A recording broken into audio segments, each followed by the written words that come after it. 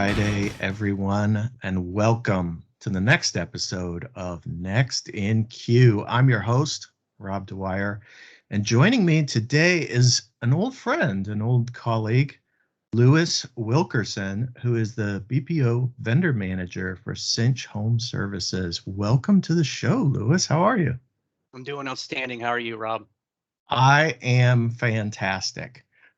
So for those who are not watching on YouTube, I'm just going to paint a picture really quickly here. Behind Lewis are racks filled with mugs from Starbucks. So Lewis, tell me a little bit about the story behind all of these coffee mugs behind you. Yeah, my wife, she collects Starbucks coffee cups. And my previous position had me traveling across the country at least 80% of the month. And wherever I went, I'd pick up a coffee cup because most major cities have a branded coffee cup, these Starbucks themed coffee cups, and then the states have a themed coffee cup. And also certain areas like Disney, they'll have a specific Starbucks coffee cup for Animal Kingdom. So she started collecting these cups and we started losing space. And what we ended up doing was we found these racks at Costco, one of your favorite places there, Rob. And we decided to go ahead and purchase those racks and display the coffee cups. And I know how much you like Costco because you talk about it quite frequently in your podcast, and I'm pretty sure they give you a cut every time you mention their name. I wish. My love for Costco is definitely becoming a very public thing. I don't know that everyone knew about my love for Costco, but it's definitely getting out there to the tens of listeners that listen to this podcast now. So thanks.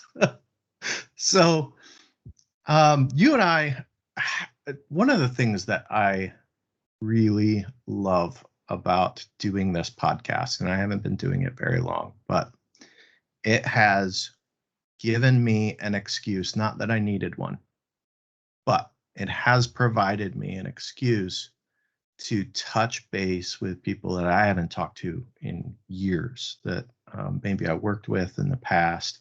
And you are one of those people. You and I were peers at Convergys back in the day. We both did the same leadership training there at Convergys and had the opportunity to get together a few times, although you're in Florida and I'm in Missouri. So in general, we didn't work in close proximity to each other, but I love that I get to touch base with people that I've worked with in the past. And so I'm excited about that. Yeah, I am as well. And it's great. I follow you. I've always followed you on LinkedIn and was up to par with a lot of the stuff. And I read a lot of your articles. And it's one thing that I've learned. Well, I've learned a lot of things, but one of the things I've learned is being able to recognize good talent and staying in touch with those individuals, because having the opportunity to travel across the country, like I mentioned earlier, I really get the opportunity to interact with a lot of different leaders and different leadership styles, and finding individuals that really embody the leadership mantra of development and coaching is quite rare. And when I saw you in LinkedIn, I'm like, wow, I know that you were a vital part of that initiative that we were a part of at Convergys, and it's really great to follow your journey in the business world. Well, I certainly appreciate that. We'll talk about your travels in a little bit, but I actually want to back up, way back up, like really back this truck up, because your journey, I think, is a little different than what a lot of people's journeys are when getting into the contact center. You know, a couple of my recent guests, last week, I talked with Shante Smith Daniels, and, you know, she got into the business when she was a teenager. And I talked with a few episodes ago, Trevor Clark, and he got in right out of college. You took a little bit of a different path. So you actually were in the Navy for a number of years. Tell me about that. Yeah, absolutely. Yeah, I was on the USS Alexandria. It's a fast attack submarine. I was in the Navy. I was an A ganger, engineering, and I did that for one term. And I had to make a decision if I wanted to make it my career, which is your life in the military, or do I want to bow out and try the private sector? And I did a pros and cons, and I ended up taking consideration what my life goals were, which is being involved with my family and or having a family and then being involved with that family. Right. And so I opted to um, honorably discharge out of the military. And I had a few ideas of what I wanted to do. Took a lot of college courses, uh, got certified as an EMT firefighter. And it's just so happens that there was an opportunity at a call center that I decided to give it a try. I didn't really see myself as being someone to sit behind a desk. So I thought this was going to be a unique opportunity. And during that time, I was working as a youth treatment specialist at a juvenile detention center. So it's quite the different, completely different industry. Started off as a sales personnel on the front line at a new program and loved it.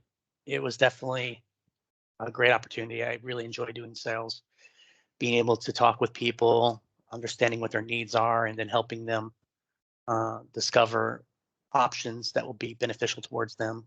And I did that for an extended period of time.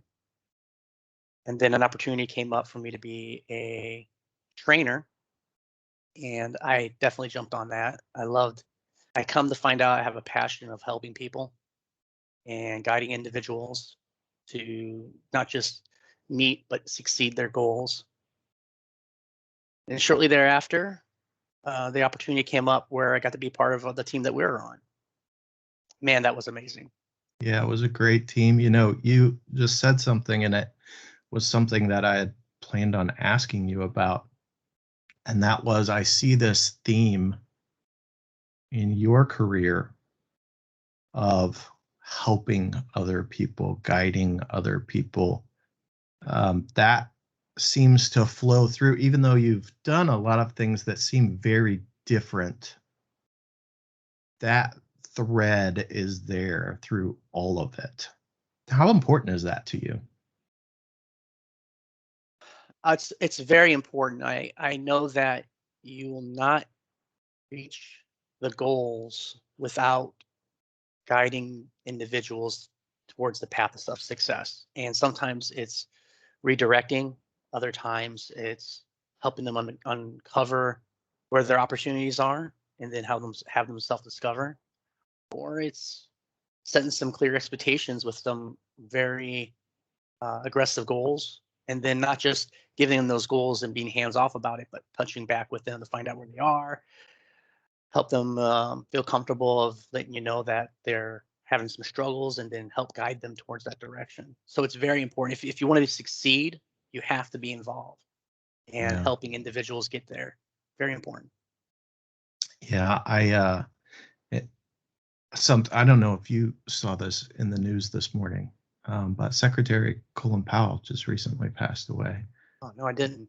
Yeah, so that I know for me, just because of the work that we were both involved with, I always think back, and I'll probably put it as a link when I post this, but I always think back to that video about him talking about leadership and how trust and creating an environment of trust was the most important thing for him. And a lot of the themes that you're talking about remind me of that, right? Creating that sense of trust, but using a lot of different techniques to do that. Absolutely. Yeah, absolutely. I I know that uh, right now, especially the concern that tenured leaders have of being out of sync with the zeitgeist of the business world, or at least in the current context in our industry, having an antiquated approach of managing and coaching people just doesn't work. And getting your team to trust that you have their best interest in mind will help them really make you that much more successful. Mm-hmm. Yeah, I didn't know he passed away. Wow.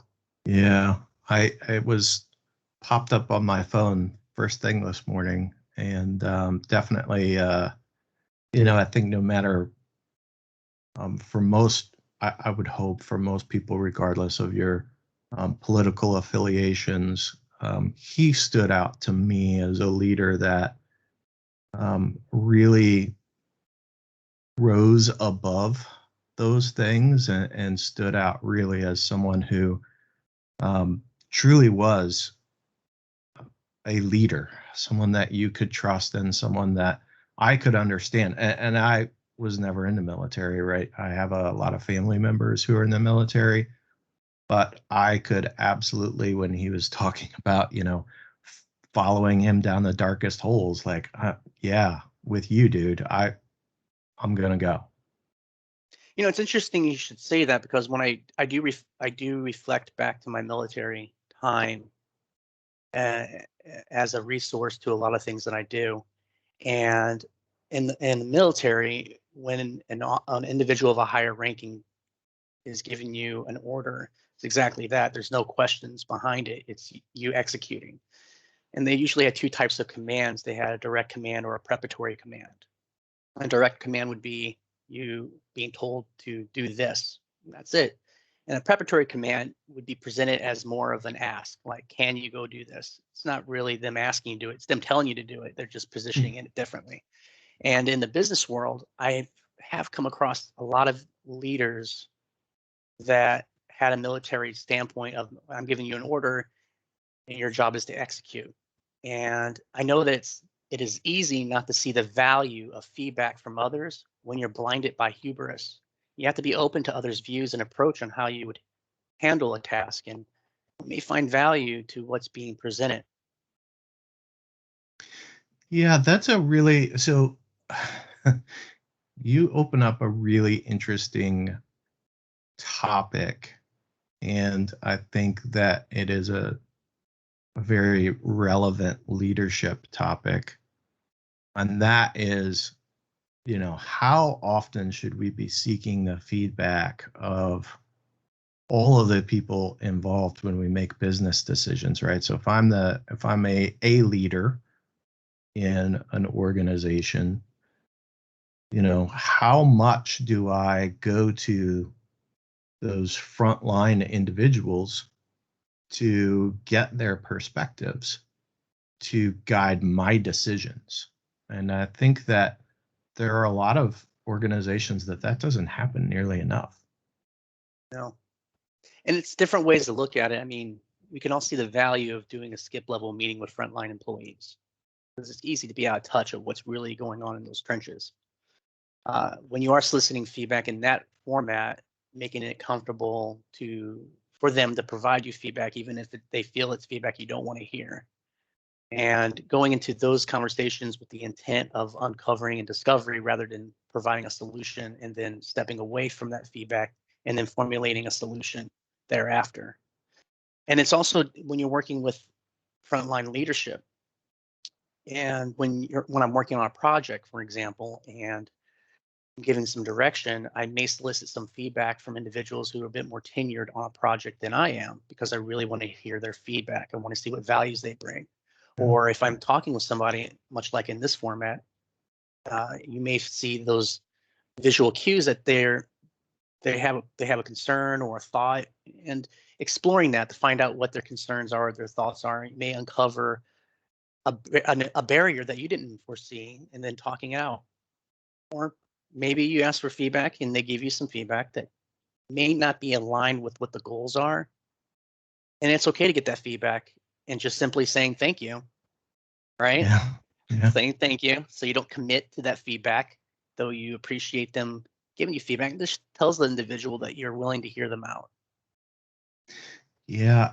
I feel like in the current environment where we see companies struggling to attract and retain talent, and there are a lot of reasons for that, and everybody can have their opinions on what the primary drivers of that are. But the reality is, regardless of what those drivers are, as a business leader, you're going to have to figure out, how do I overcome this as a challenge? And I think one of the ways that you overcome this as a challenge is to make all of your employees feel incredibly valued. And one of the ways that you can do that is to solicit feedback from them. What can we do better for you? What can we do better for our customers? What can we do differently so that those employees, when they are giving those suggestions and they feel like they're being heard, it creates a very different environment, and one that creates a lot of loyalty among employees who will stick around and help you not have or experience some of those same challenges that a lot of companies are experiencing right now. In my current position, it's easy for me to give direction to a third-party BPO with the expectation of delivering on the goals that we need to achieve and not give them any feedback or direction on what I need them to do. I know that my interaction with these clients will impact their internal culture. And I want to be able to guide them. And this is a partnership. I want to partner with them really to achieve a goal. There are times where I may give direction and I'm not getting the results that I expect. And the partnership, and a lot of people do view partnership. I know a lot of people view this because I got the feedback on it, that they view the partnership as a way of hand holding, Yeah. hand holding. And it's not really that at all. It's really, we're in here together. Let's talk it out. Let's uncover what's going on. Let's come up with a solution. Let's put some timelines on the calendar and let's execute and let's touch points throughout. And I know that having that relationship makes a big difference. It takes time. It's a lot easier for me to say, do this, and I expect these results, and then I'll see in a month to see where we are. And there are times where I'm like, man, it'd be so much easier if I just tell them what I need, just tell them to do this, and then expect the results. And if I don't get the results, hold them accountable to it. Right. And there's many times I'm thinking I can get so much more work done if I don't have to interact with people. Sure. Sure. It's needed though. We're Yeah. in the business of people. Yeah. And I think the true essence of a partnership is that we're both trying to work toward the same goals and be successful. And we both want each other to be successful toward that end. So, it's one thing to tell you, this is what I need you to do, go do it, versus I'm here to help you. This is what we're trying to achieve. And let's figure out how we do that together. That's a partnership. The other is a different kind of relationship. I don't have a name for it, but it's a different kind of relationship. Yeah. Let me ask you this, Rob. Interested to hear your feedback. How do you feel about the saying "fake it till you make it"? Mm. I mean, I feel like I've been doing that with this podcast for a little bit because Let me rephrase the question a bit. What is your thoughts on seeing individuals in a leadership or training or coaching position, giving direction to individuals who are working with frontline customers. Fake it till you make it. What are your thoughts on that? Yeah, I think this is I think two things about this, right? So I think for the person who is put into that position, it's usually not their fault, and they're probably trying to do the best that they can. But as an organization, you're failing your organization when you put people into a position that you're not helping prepare them. Now, there's always going to be some element of stretch, and you're not in a comfort zone. And so I'm asking you to do something that is new to you. It's going to be uncomfortable. You're going to mess up. But as an organization, I, number one, need to understand that you're going to mess up and be able to give you the latitude to do that. And number two, I need to provide you with tools to help you be successful, whether that's some type of training. So if I'm a new frontline leader, right, a team manager or team leader, whatever the case may be, if my expectation is for you to coach frontline individuals who are interacting with customers, I need to teach you how to do that. And I think a lot of organizations rely on the premise that I just promote the rock stars at the front level, and they'll then in turn be really good at managing people. And those just aren't the same skill sets. 9 times out of 10, completely different skill sets. You see this particularly in the sales world. And so I think the companies that just push leaders out there and say, sink or swim, you'll figure it If you out. make it, yeah. Yeah, I think that does a disservice, not only to the organization, also to that person that they've promoted, and also to all of the people that they're supposed to be leading. I 100% agree with you. I've never been a big fan of the saying, fake it till you make it. When I hear leaders tell their employees not to worry and fake it till you make it, I know that the leader is trying to put them at ease when learning a new behavior, system, process. Instead of telling your people fake it till you make it, use alternative things to say, like, it's normal to feel insecure when you're doing something new, and with ongoing support and time, you'll gain the experience and learn. I think that's a better way, better nomenclature, if you will, for Yeah, I handling that. absolutely agree with that. But you're right. I've seen individuals, especially you're right, in the sales environment, where this top salesperson, if we could just replicate what they're doing, I have an idea. Let's put them in charge of a bunch of people. Right. And I actually was in that same mindset at one point in my leadership role. I was a frontline leader, and I noticed an individual who's just killing it with their performance. It was amazing. Great person to talk with. I would do coaching sessions with them on a regular basis. I would pick their brain on what is it they're doing that's working for them. And I said to them, it's only going to be a matter of time until you have your own team and you start managing people and making them successful. Rob, I kid you not, less than a week later, this individual's performance dropped. And I pulled them offline. I said, well, what happened here? And they informed me that after I told them that they would have a team of people to manage, it stressed them out. They had no desire to want to manage. They wanted to come in, do their job, and go home with no responsibility other than that. Yeah. And I failed to recognize what motivates me may not motivate others. It's that platinum rule, right? Yeah. Yeah, we actually just talked about this in the last episode, right? Understanding what motivates different individuals on your team.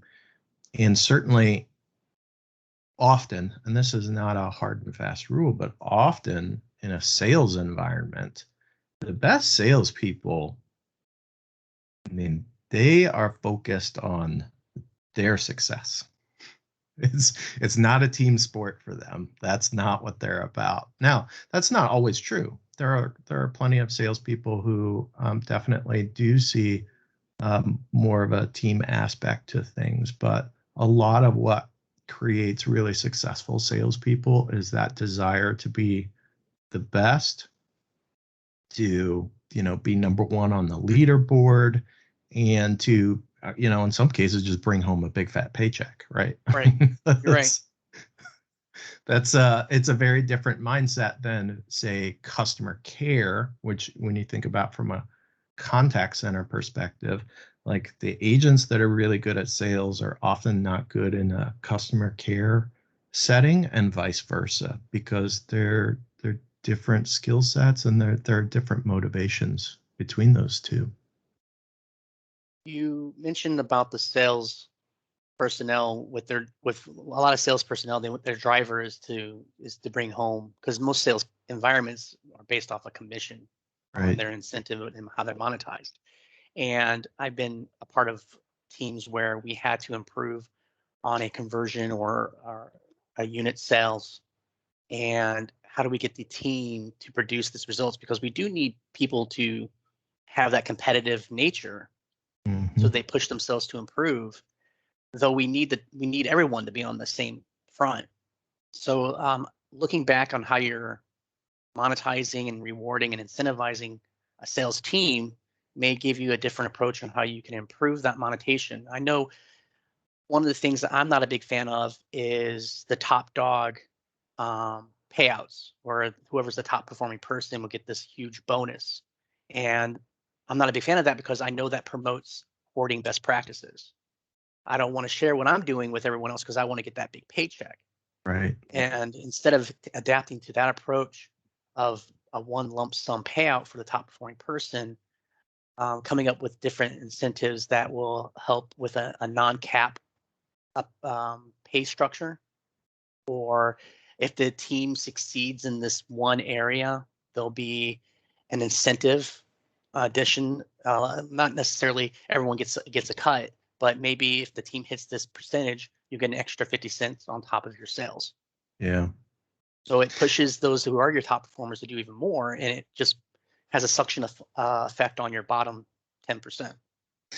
Yeah, I agree. I think there are a lot of compensation factors that people really don't think much about. But you and I both know, and we've seen this in a variety of different settings, that the way that an incentive program is designed is going to produce results, but not always the results that you're looking for. So Yeah, you're right. And it depends on what you're measuring there. I've seen incentive plans where you got incentivized off a conversion, which you can play to. Just don't take as much volume, you have a better conversion. Yeah. So you're right. You're so right. And if we have to take a step back as leaders to really dissect what's going on, and be okay and comfortable making a change, even though it can be some people are used to an antiquated approach on doing things. We have to take because it works. I don't have, or I use numbers as a way to manage people. I just tell them to hit these numbers in order to hit their bonus. When reality is those numbers aren't going to be your driving factors. Those numbers should be used to help identify behaviors, but they shouldn't be used as a monetization just because you don't know how to lead your people, or don't want to put the time into leading your people. Yeah. Well, I think we can all ask Wells Fargo about how that works out when you just focus on driving numbers. And it turns out it doesn't work all that well sometimes. You'll get the numbers. You'll get short-term bursts of what would be falsified success, but nothing that's going to be long-term, and nothing that's ethically appropriate. Yeah. Yeah. And, ultimately that can reinforce negative behaviors, which we already talked about, and cause damage to your brand. And no one wants that. But if you're chasing that short-term goal of a number, and that's all you're focused on is the number, people will find ways to hit numbers that are not necessarily the ways that you want them to hit numbers. And you're reinforcing those behaviors by only talking about the numbers. So you're absolutely right. It'll definitely impact your brand. Yeah. So I wanted to ask you, so, I mentioned earlier that we work together at Convergys. And then I left Convergys. You stayed on for a while. You were in operations. And then you left and you did something which is related, but also different with Blueprint. So tell me about that experience, because you were with them for quite a while. And I found this to be a really interesting role that you had with them. Yes. My journey with you in that company at Convergys, I did take I did start with sales, and then I went into the training department, and then the leadership developmental coaching, and then even in an organizational level. And then I decided that it'd be a good opportunity for me to shift gears, to get out of the training department and jump more into the operational side of business, because there's a lot more growth opportunities, in my opinion, on that side of the fence. And being able and willing to step out of your comfort zone to do something different. And I was there for an extended period of time. I then got the opportunity to work with United Healthcare, and went over there to their main office and learned their processes. And I just felt a bit stagnant in my position. I felt like my goals were not being achieved at the level I was at. And I was successful where I was. I liked where I was. I just know that there's opportunity for me to grow in my position, grow in myself, to do something different. And as I was flying back from Wisconsin, which is interesting because one of the things I like to do is like learn fun facts of wherever I'm at. And for Wisconsin, it's the United States' largest dairy producing area, and the world's largest toilet paper factories, which go makes you wonder if they go hand in hand. So Those cheeseheads, they make good toilet paper too, apparently, huh? yeah, man. The one thing I liked when I was up there, and it's the sidebar right here, is I was up there during football season. They were doing their practicing. They actually, the Green Bay Packers practice in a public area for anyone who can come in and watch them practice. So it's free. You sit there and watch. And then it's down the street from the main stadium, excuse me. And when the players would get done practicing, the kids, and Lombardi started this, the kids would bring their bikes, and the football players would pick a bike from the kids and ride it back to the stadium. And you see these big linebackers on these little pink bikes. And the kids would be on the back or on the handlebars or walking next to them. It was a great way to get the community involved.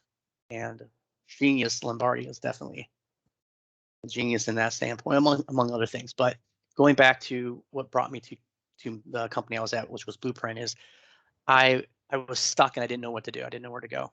And I was flying back home, and I had a layover. And I want to say it was I can't recall if it was in Charlotte or if it was in Atlanta. I had a layover, and it was a delay. My flight was going to get delayed. So I was trying to find the next available flight to get home. Because for me, getting home was a priority. I wanted to spend time with my family. And coincidental, I ran into an old colleague of mine who was also on that same flight at the company at Blueprint. And I was talking, I haven't seen him in a long time. I was talking with them. I heard that they're doing really well in their position. And it was this coincidental that we ended up sitting together on that flight back to Orlando. And they would tell me all about their position and what they like, and some of the pitfalls and some of the struggles they're having. And they kept on and saying, your skill set's exactly what we're looking for. And I said, yeah, let's set up an opportunity to meet with the CEO and talk it out. And sure enough, I talked with them, and they definitely saw the value that could bring to their organization, brought me on board. And that was an experience. Get to travel across the United States. I'm working with individuals who have been in their industry for 30, 40 years plus, looking for some support, looking for a different approach on how to improve their business. And My job was to go in there, help them identify what goals they needed to have that will measure success. Because it's surprising to find that some individuals in a leadership role, they're focused on this right here, and they're not quite sure on how this part of the business is going to help them get here. And our job was to help them bridge that and identifying quantifiable measures that they want to achieve that will help them reach their goals. And those measures are what we would use to develop our processes to help them achieve those goals. So we'd go in there and we'd do an evaluation, identify what their goals would be, and write up an agreement, and then put together a strategy to do that. And that strategy usually took the form of scripting, call guides, um, system processes, recommendations.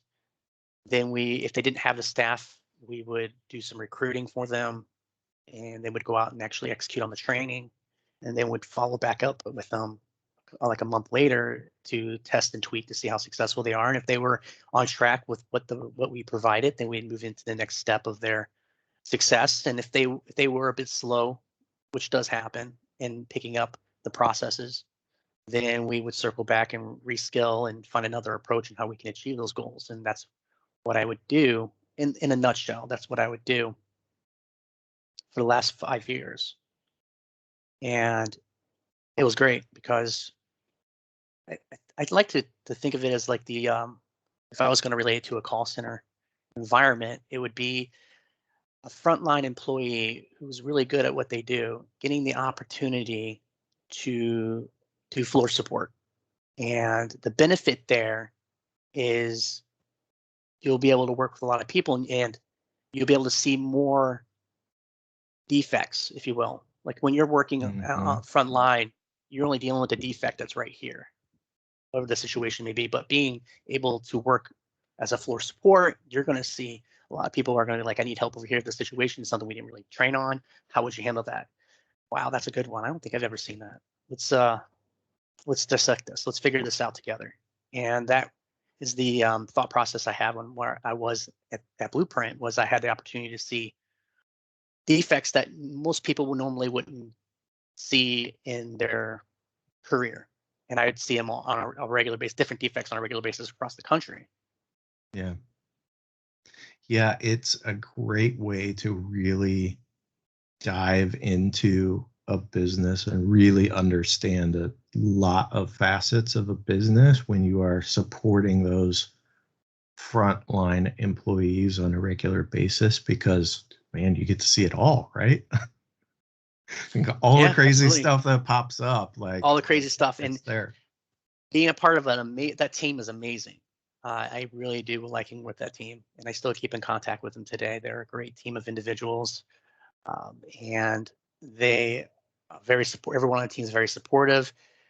There'll be a situation I'm like, wow, I haven't seen this, and you're looked at as being the expert. And I'm not gonna, and I'm not, like I said earlier, I'm not a big fan of fake it till you make it. And when I do get presented with an issue and being expected to be the expert to provide a solution, gonna step back and then actually collecting the information and being confident enough to say, I need to do some additional research on this before we can move forward. Yeah. And then reaching out for support with your team to find a solution. Yeah, I see this often with even frontline employees, and I think this is a really great technique. And part of it is a mindset, and the mindset is it's okay to not have the answer. It's okay to say, you know what, that's new to me. I'm not really sure, but let me find out. And that ensures that you're not providing inaccurate information, whether that's I'm talking to a customer on the front line, or I'm trying to help you and you're talking to a customer on the front line, or on up the chain. That willingness to say, I don't know. Let's find out. Let's figure that out. I think that's really, really valuable. I would carry a notebook with me, and whenever we're presented with a question, regardless if I knew the answer or not, I would purposefully open my notebook out and write it down. And I know that shows the individual that I'm really invested into what they're asking and what they're inquiring. And then it also allows me to refer back to it, of course, because there's a million things being thrown at you at once. Yeah.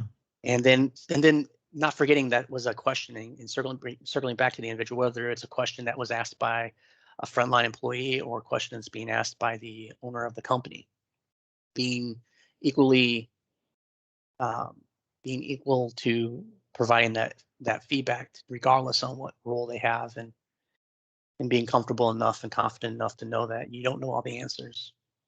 Though you're in your position because you know how to find it. You're in this position because you have a way of coming up with a solution, a Yeah. solution that works, an ethical solution that works. Yeah, that's a great tip. I love that. Just writing those questions down. So when you were in that role, right, that was a travel all over the US kind of role, right? Yes. Hence the coffee cups. Yeah, those coffee cups there. So uh, then, right, the world changed in spring of 2020. So I'm wondering, how did you adapt to that new reality when, you know, things change for everybody, particularly as it relates to travel and in-person training and consulting and those kinds of things? Right. Well, the industry I was working in at that time was in the automotive industry, and it, a lot of individuals in that industry have a very archaic way of doing business. Though they understand they need to do change, and that's why they would hire Blueprint to do that. Plugging in Blueprint here. It's a good company, great company. And when the pandemic hit, it it was scary for everyone. Yeah. Everyone. And for some companies, they would just the next day they would lock the door and lay people off. And it was quite a concerning predicament to be in for the company I was at, because our company prides itself of being the leaders of change, and we quickly had to adapt to the current circumstance of the pandemic. And we would still offer we had still had contracts we had to fulfill, so we would offer a multitude of different virtual variables. Um, in some cases, those variables had to be created um, because we didn't have a lot of different variables available at the time. And then when we got a little bit more familiar with what was going on and what steps needed to be taken to ensure the safety of others, we made sure that we took every single precaution necessary within. They exceeded the guidelines that were provided to us at the time to hit those bricks and get back on the road. Yeah. And it was a short turnaround too for our company. We of course were locked down, and we ended up spending a lot more time at home working with our clients in a virtual environment, which is nothing new because when we weren't traveling, we still did that anyway, just did more of it. And when we did ended up going back out there and hitting the road, there was a lot of things did change. The way we do business had to change. The way we would train had to change. And even living in hotels like I did, I had to change what I would do. I would go to a new area before the pandemic. I would probably look up to see if there's anything going around, what events were going on the weekend, so I can take an opportunity to explore the areas I was at. Yeah. And that changed. And I ended up spending more time in my hotel room, um, watching more movies, which is I like watching movies. But it did change how we had to do business. And I think that's actually a good thing, because it forced a lot of individuals who were not willing nor wanted to get out of the comfort zone of changing. It forced them to change how to do business, and it required them to take a different approach on how to handle circumstances and situations that they normally would never have explored otherwise. And for that, I am glad I got to go through that experience in that environment. Yeah, it reminds me of a couple of things. Um, the old quote that necessity is the mother of invention. And then also I think back actually to when you and I worked together. We were supporting a multinational um, corporation that had teams all over the world, right? We were in EMEA, we were in LATAM, we were in Europe, obviously North America, all over, right? And we initially started with very similar, right? Brick and mortar training, right? In-person training, these leadership workshops.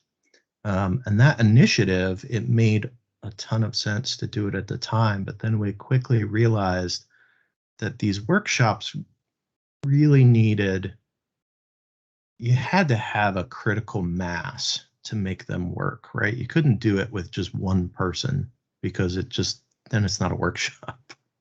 And so once we got that initial wave of all of the employees through this, all of the management through this, then it was like, okay, well, how do we handle the new people that get promoted into a role or come from outside of the organization? And how do we do that?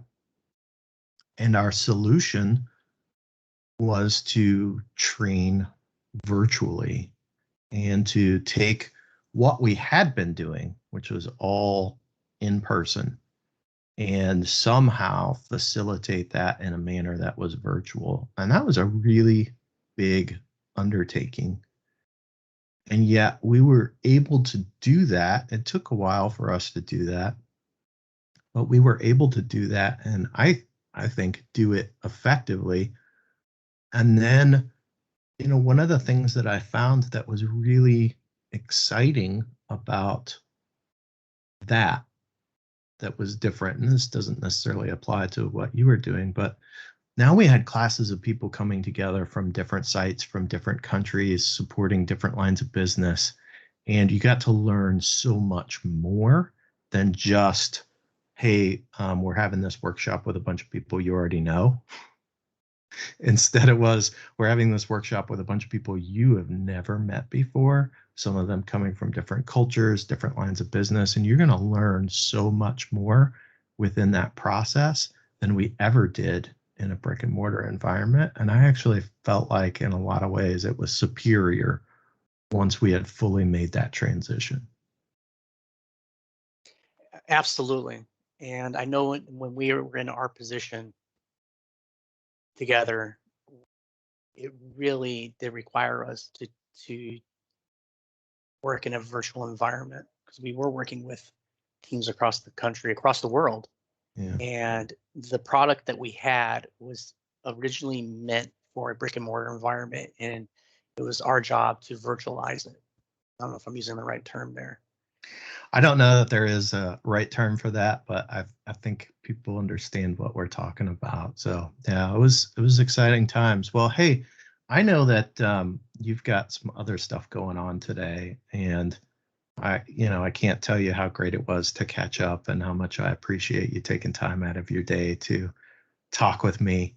It's definitely something we need to do a little more often. So thank you. Thank you for being here on Next in Queue with me. Thank you, Rob. It was a pleasure.